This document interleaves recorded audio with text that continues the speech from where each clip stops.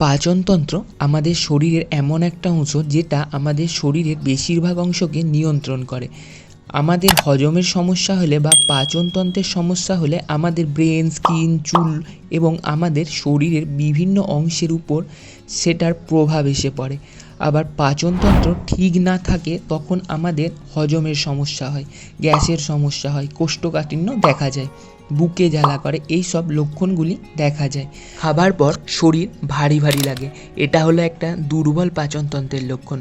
চলুন আজ জেনে নিয়ে যাক আপনার দুর্বল পাচনতন্ত্রকে কিভাবে সবল করবেন বা স্ট্রং করবেন।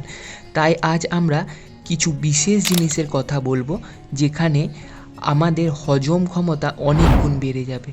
খাবার ঠিকমতো হজমের জন্য আমাদের শরীরে এই তিনটে জিনিস খুব দরকার। 1. ফাইবারযুক্ত খাবার, 2. প্রোবায়োটিক, 3. এনজাইম। চলুন প্রথমটা হলো